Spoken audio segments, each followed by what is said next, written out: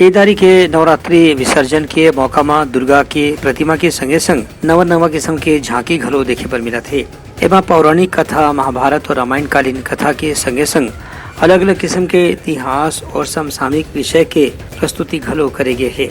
संगे संग पर्यावरण और प्रकृति ला भी केंद्र में रख के कहूँ बहुत ही आकर्षक झांकी बनाए गए है।